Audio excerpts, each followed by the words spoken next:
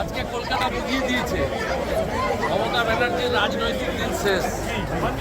আর number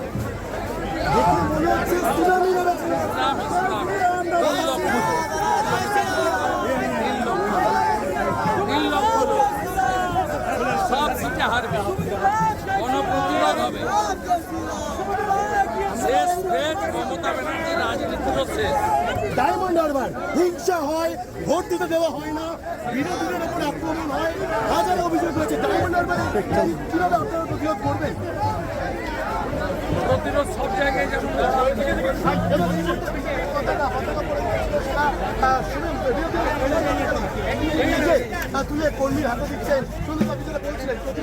ষষ্ঠ দফার নির্বাচন হয়ে গিয়েছে, আর মাত্র একটি দফা।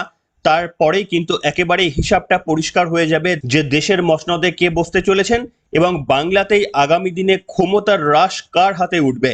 তৃণমূল কংগ্রেস কি এখনো পর্যন্ত এত দুর্নীতি করার পরও তাদের ক্ষমতা ধরে রাখতে পারবে, নাকি একেবারেই যেভাবে 2021-এ চমক দেখিয়েছিল বিজেপি 3 থেকে 77 আসনে পৌঁছে গিয়েছিল, আর ঠিক তার পরের লোকসভা নির্বাচনে সেই জয়ের ধারা কিছুটা এগিয়ে নিয়ে গিয়ে বাংলার ক্ষমতা পরিবর্তনের ইঙ্গিত দেখাবে বিজেপি।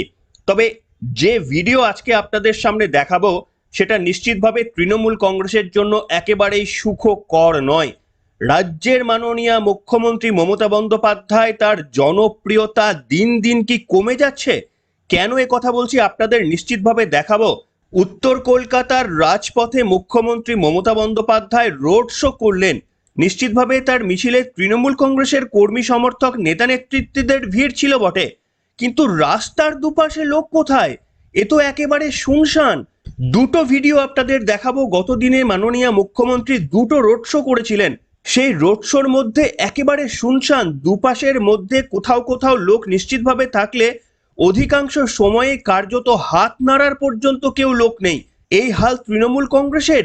এটা কোনো আঞ্চলিক নেত্রী প্রচারে নামছেন না, একেবারে তৃণমূলের সর্বময়ী কর্ত্রী তথা রাজ্যের মুখ্যমন্ত্রী মমতা বন্দ্যোপাধ্যায়, যার এতটা প্রভাব, এতটা প্রতিপত্তি আমাদের এই পশ্চিমবঙ্গের রাজনীতিতে, তিনি যখন নির্বাচনী ময়দানে লড়ছেন তখন এই হাল।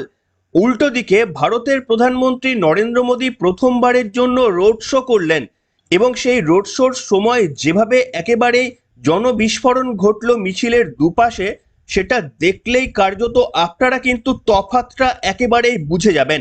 আর আজকে এই সমস্ত তথ্য আপনাদের সামনে তুলে ধরবো। নমস্কার, welcome to simple as ABC. আপনাদের সকলকে স্বাগত জানিয়ে শুরু করছি আজকের বিশেষ খবর। আসুন প্রথমে আপনাদের দেখাতে চাইবো একটি ভিডিও। সেটা হচ্ছে রাজ্যের মুখ্যমন্ত্রী মমতা বন্দ্যোপাধ্যায় দমদমের বিরাটির বণিকপাড়া থেকে এয়ারপোর্ট 2 নম্বর গেট পর্যন্ত পদযাত্রা করলেন। আচ্ছা, ওই পদযাত্রার একটি অংশ আপনাদের দেখাচ্ছি, আপনারা দেখুন তো রাস্তার দুপাশে লোক দেখতে পান কিনা, অর্থাৎ সেই অর্থে লোক দেখতে পান কিনা একেবারে উপচে পড়া ভিড়। মুখ্যমন্ত্রী মমতা বন্দ্যোপাধ্যায়কে একটিবার কাছ থেকে দেখার জন্য মানুষের আগ্রহ। দেখুন তো সেই মমতা বন্দ্যোপাধ্যায়ের পুরনো দিনের ম্যাজিক এখনো আছে না ফিকে হয়ে গেল?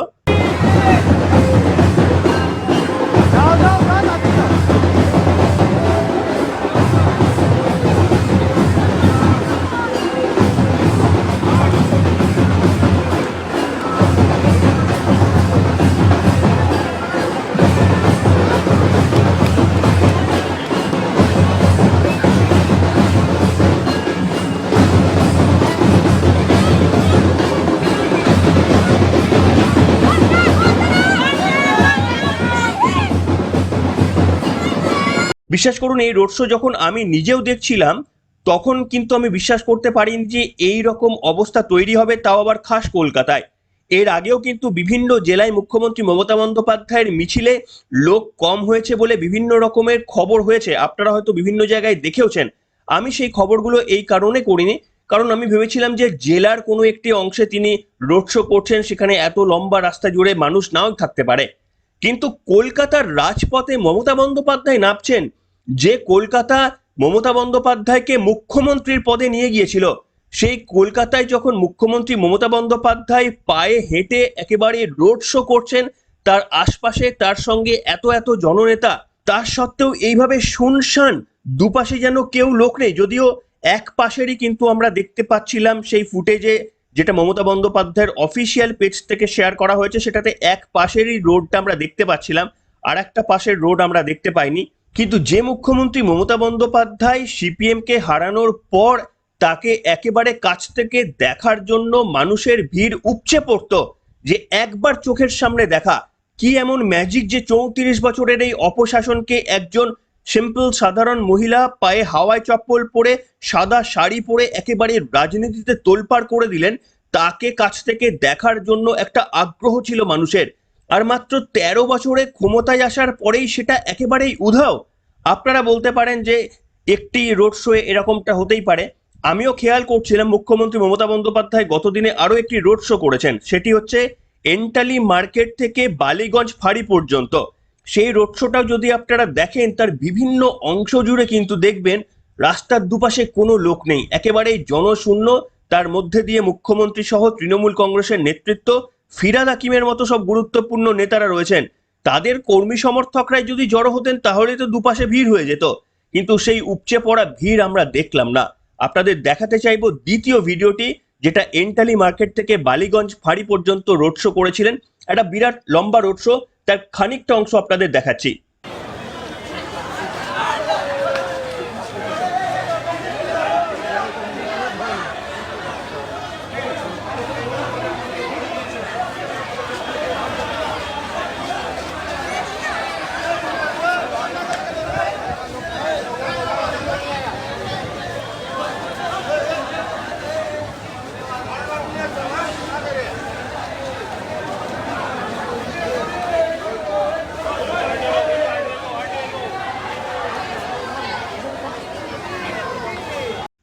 ভাবুন, এটা কিন্তু নর্মাল কোনো মিটিং বা মিছিল নয়, একেবারে নির্বাচনের শেষ লগ্নের প্রচার। যে প্রচারে কার্যত ঝড় ওঠা উচিত, সেই মুখ্যমন্ত্রী মমতা বন্দ্যোপাধ্যায় রাস্তায় নেমেছেন আর আশপাশে যেন জনশূন্য। এই দৃশ্য পশ্চিমবঙ্গবাসী কবে দেখেছেন আমরা জানি না। তাহলে কি মানুষ জাগ্রত হচ্ছেন? মানুষ কি আস্তে আস্তে প্রতিবাদ করতে শুরু করছেন? সেই ব্যাখ্যায় আসবো, কিন্তু আপনাদের দেখাতে চাইবো ভারতের প্রধানমন্ত্রী নরেন্দ্র মোদী গতদিনে তিনিও আমাদের রাজ্যে এসেছিলেন, আপনারা জানেন। তিনিও উত্তর কলকাতায় রোড শো করেছেন। শ্যামবাজারের পাঁচমাথার মোড় থেকে প্রায় 2 কিলোমিটার রাস্তা তিনি পাড়ি দিয়ে স্বামী বিবেকানন্দর বাসভবনে কিন্তু গিয়েছিলেন, এবং তার সঙ্গী ছিলেন শুভেন্দু অধিকারী এবং রাজ্য বিজেপির সভাপতি সুকান্ত মজুমদার, এছাড়াও প্রার্থী তাপস রায় সহ আরো অনেকে বিজেপি নেতৃত্ব ছিলেন। আপনাদের দেখাতে চাইবো মুখ্যমন্ত্রী মমতা বন্দ্যোপাধ্যায়ের যে ভিড় শূন্যর ভিডিও আপনারা দেখলেন, একেবারে তার কন্ট্রারিতে ভারতের প্রধানমন্ত্রী যখন রোড শো করলেন, কার্যত উপচে পড়লো দুদিকে ভিড়। আপনাদের তার একটা ঝলক দেখাতে চাইবো, আপনারা দেখুন কিভাবে মানুষের উন্মাদনা। ভিডিওটা সেই অর্থে খুব পরিষ্কার বা ব্রাইট নয়, তাও আপনারা দেখুন যে কিরকম উন্মাদনা ভারতের প্রধানমন্ত্রীর এই রোড শো ঘিরে। দেখুন।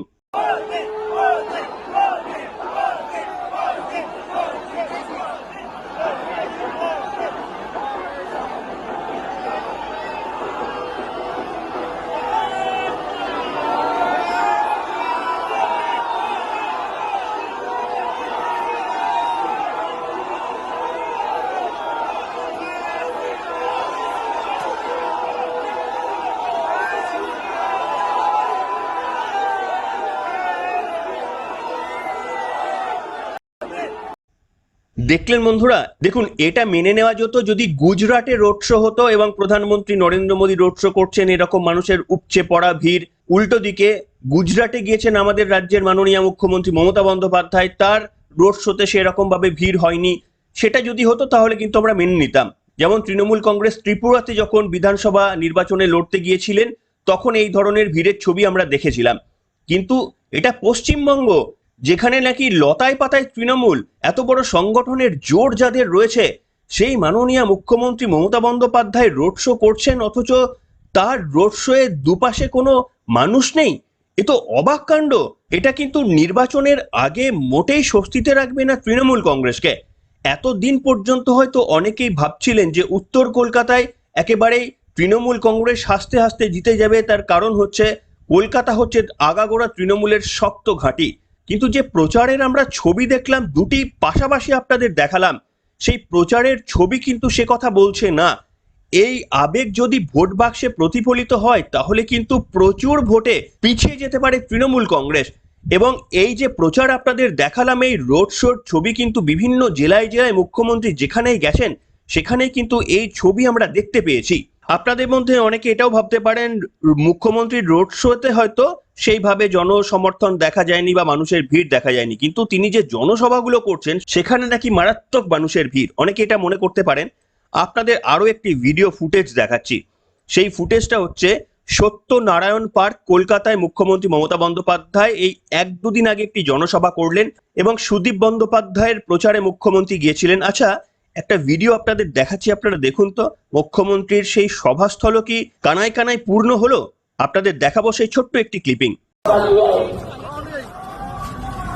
और क्या है, इधर में दुकान है, इधर में बिजनेस है, इधर में काम करते हैं, इधर में काम चलते हैं।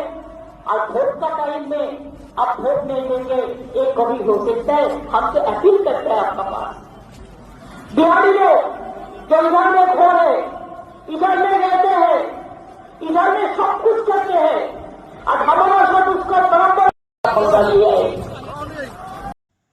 দেখলেন বন্ধুরা, মুখ্যমন্ত্রী মমতা বন্দ্যোপাধ্যায় ভাষণ দিচ্ছেন আর চেয়ারের পর চেয়ার ফাঁকা। একেবারে মঞ্চের ওপর থেকে দেখা যাচ্ছে যে মুখ্যমন্ত্রী বসে রয়েছেন, পাশে রয়েছে সুদীপ বন্দ্যোপাধ্যায়। এরকম না যে মুখ্যমন্ত্রীর সভার আগে এই ফুটেজটাকে নেওয়া হয়েছে। মুখ্যমন্ত্রীকে ভাষণ দিতে দেখা যাচ্ছে আর পিছন থেকে দেখা যাচ্ছে চেয়ারগুলো একেবারেই ফাঁকা, সামনের দিকে কিছু মানুষ দাঁড়িয়ে রয়েছেন। এটা কোনো আঞ্চলিক নেত্রী বা নেতার প্রচার সভা নয়, স্বয়ং মুখ্যমন্ত্রী মমতা বন্দ্যোপাধ্যায় জনসভা করছেন। তাহলে কি মমতা ম্যাজিক ক্রমশ ফিকে হচ্ছে?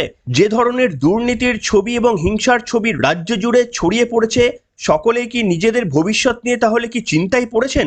এবং তারই কি প্রতিফলন হচ্ছে মুখ্যমন্ত্রী মমতা বন্দ্যোপাধ্যায়ের রোড শো থেকে, একেবারে বিভিন্ন রকমের জনসভাগুলি থেকে?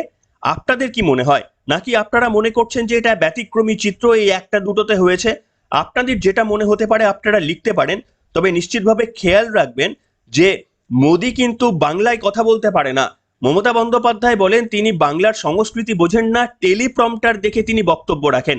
সেই মোদিকে দেখতে যদি রোড শোতে এত ভিড় হতে পারে, উপচে পড়া ভিড় হতে পারে, আর রাজ্যের ম্যাজিক মমতা বন্দ্যোপাধ্যায়, তার সভাগুলিতে যদি লোক না হয়, এটা কিসের ইঙ্গিত বলুন তো নির্বাচনের আগে? আপনারাই লিখে জানান আজকের পর্বে। এখনকার মতো এখানেই শেষ করলাম।